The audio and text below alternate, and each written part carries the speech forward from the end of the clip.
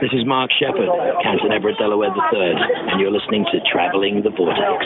Traveling the Vortex.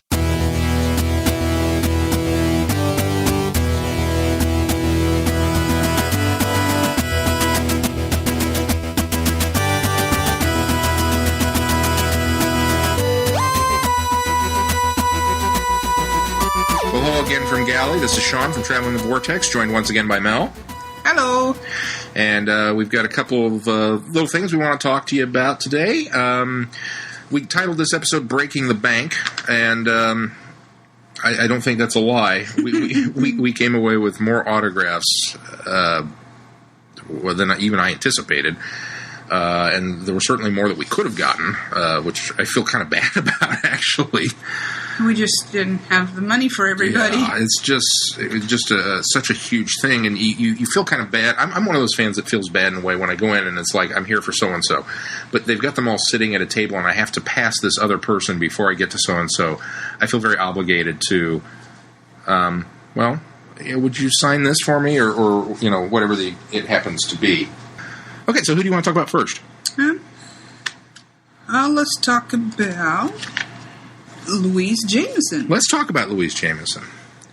Now, you remember Louise, though, from your original Who viewing, right? Oh, with Tom Baker. Leela? Yeah, who could forget Leela? Yeah, she's not very forgettable, is she? Matter of fact, I made sure that the autograph that I got was one of her most revealing pictures because, one of my favorite. She had a great comment on stage in her thing about, they talked a little bit about the costume and the feminist values and whatnot. But the line that struck me particularly was, she'd helped many a teenage boy through a difficult transition. Yes. And people roared. And I have to admit, when I got up to get my autograph with her, I said, as one of those teenage boys that you helped through a difficult transition, I just wanted to say thank you. And she blushed. She got bright red. She goes, I can't believe I said that. So it was memorable for me. She still looks great. I know she's got the one-woman play about having facelifts and stuff done, but I don't think she needs it. I think she looked great. No. And she even made the comment that she didn't get around to getting it done. Yeah. And because she initially intended to and didn't get it done, and she looks fascinating. But then after we got Mark Shepard's. Mark Shepard, Canton, Everett, Delaware III, and Badger. And on the Gallica. Battlestar Galactica. He was the lawyer. Yes. I'm blanking on his name now, his character's name. He's on Supernatural. He's been on Star Trek Voyager. He's been on everything. He's just, and a true fan, which I thought was very cool. Very phenomenal. Mark's got a great persona about him. He's really, I think people kind of gravitate toward him, and he, in a way, eclipses them. Because he's just that powerful of a personality. Well, and I hope that we can get some of the clips that we got of him talking on one of the panels posted, because he says it all well, because of him being an actor. Well, he says he's done everything. But, to hear him talk, he firmly believes and loves what he does. He's a fan, first and foremost. Yes, and he totally puts that out and gives it back to the fans, because he totally believes in everything that he does and is, and who we are as a fan. Yeah, he was quite the personality, and his dad, Morgan Shepard, who his voice is awesome. Morgan carries about. You look at him, and obviously he's got such a wide variety of work, but you just look at Morgan Shepard and you think Shakespeare. Mm-hmm. You just think this is somebody that should be doing Broadway or sophisticated work, very dramatic stage, theater, a lot of theater. Yes.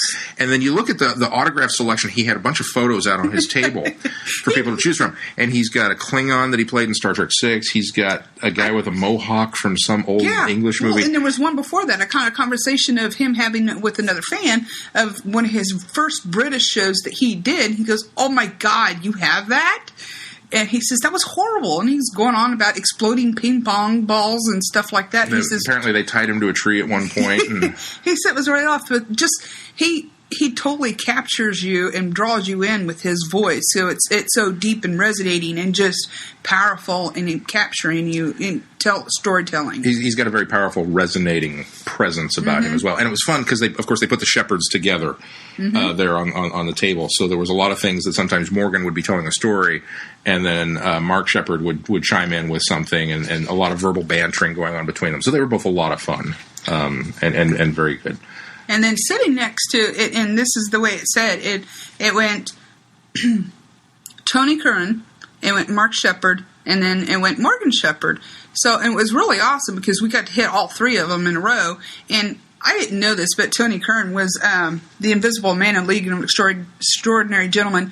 That is my one of my all-time favorite movies because I have many. Legends, show your Legends, my favorite. Yeah, but League is up there. League is up there because Sean Connery and just the whole, the vampire lady and the Invisible Man and the Hyde and Jekyll, just the whole.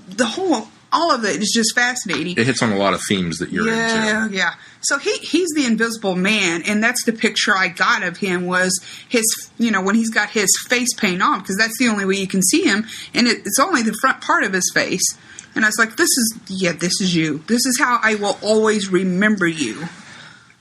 Even though, he obviously was fantastic as Van Gogh. Oh, he was in Underworld. That was kind of the other thing is that we there were so many of these guests that we got up to their tables, and I felt bad because I thought I knew these people. I really did. Tony Curran, and we get up there, it's like, oh, hey, it's Van Gogh. And I look down, and it's like, oh, he was in Underworld. Oh, he was in League of Extraordinary Gentlemen. Oh, he was in this. Morgan Shepard. He was in so much. Even Mark Shepard, who's done everything. There were still shows that I didn't recognize that he had done on top of that. So it was just incredible. And what was really cool is these three were sitting next to each other, and they would sit there and tell stories amongst the three of them. And it was so funny because Morgan, with his deep voice, he'd be heard above the other two. It was hilarious. Tony and Mark definitely felt like almost bickering brothers. Yeah. Like they're friends. You can tell that. But they have this kind of easygoing, needling relationship where they kind of tease and kid each other a little bit, and then Morgan Shepard would kind of step in and be the fatherly, shouting at them influence. It was really fun to just stand there and just listen to them banter back and forth with fans. William Russell was just phenomenal as well. Ian, it was so cool to see him.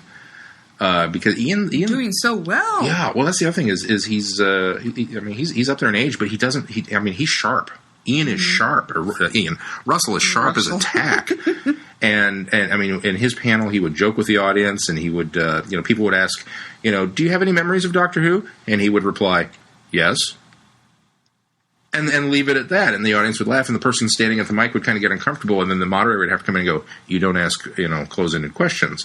He says, I think what he means is, are there any memories of Doctor Who you'd like to share, or what are your favorites? And then he would go, oh, and he would launch into it. And it wasn't I'm forgetful and I have Alzheimer's kind of gag. It was he's really pulling your leg. Question.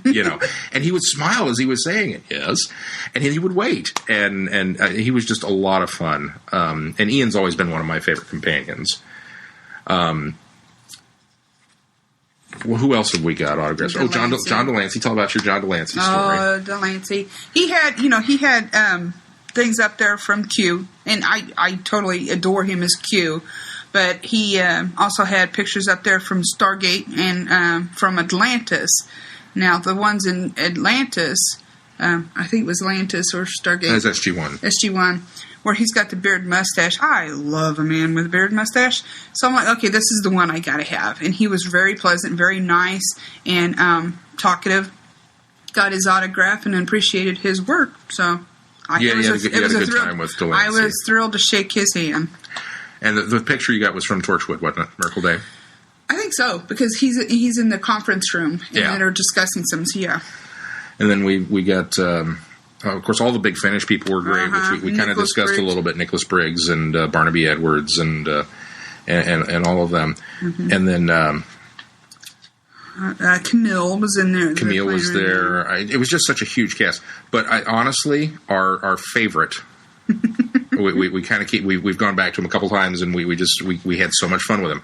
Our absolute favorite guest, Simon Fisher Becker, who played Dorian Maldivar. He is so awesome. He has an infectious personality. He's bubbling over. He's an excellent memory too, because Yeah. we weren't even intentionally going by to see him, because there was a booth that was across from him that we were looking for, whatnots and whatever, knickknacks in the room. And Sean just happened to turn around, and Simon's like, "Hello." He did. He looked up, recognized me, waved, and I mean, he's a large man, but he's got such a large personality. He's got such just everything about him is over the top. And pleasant and joyous, and you just feel that he had such a good time this weekend. And he told us that tonight. He told us that he says he went up to take a nap, and next thing you know, he went up at 2:30, 3 o'clock, and he was setting his alarm to take a nap. Just and that he laid down. And next thing you know, it's 3 o'clock in the morning. He goes, "Oh my." he slept all the way through most of Saturday. He slept through the masquerade. He slept through everything Saturday of the day. He said he felt so bad because I'm going to take a little nap. And he laid down. He said he was on top of the sheets in his clothes. The whole way just laid down, boom, passed out. Which is kind of how we feel, I think, at this point. We're getting to that kind of slap happy stage. Yep. I told him, I says, totally understandable. He says, I think it was from jet lag. He says, not to mention the energy that the people here are giving off. I mean, and it's just extraordinary the amount of people that remember and want and love you. Yeah. He says, I never knew that people liked the character so much. I was like, yeah. Duh. And I think that was something that I think most of the guests could say, is that everybody on stage said it, that the Galley's their favorite convention, and it's kind of easy to see why. There's just a lot of energy here and a lot of good stuff. So with that lineup. And that's really just scratching the surface of all of the people that we've got to talk to and autographs from.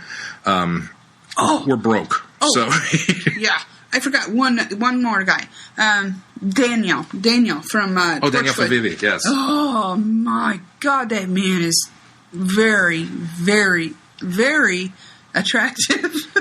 Oh God, he's a bit of an Italian lover. Oh yes, he's an extremely Italian lover. Oh yeah. Yes, but yeah, he was very friendly, and he made the comment tonight. He says, "I gave half of you hugs over the weekend, and I look forward to giving you the other half hugs." I'm dumbfounded. I'm trying to figure out how to describe him. Yeah, gorgeous. I actually got retweeted from somebody who we'd taken a picture of him out in one of the hallways, and they I trying to upload all this stuff to Facebook and Twitter and whatnot, and they asked me, can I post this on my Facebook page? Do you mind? I'm like, no, go ahead.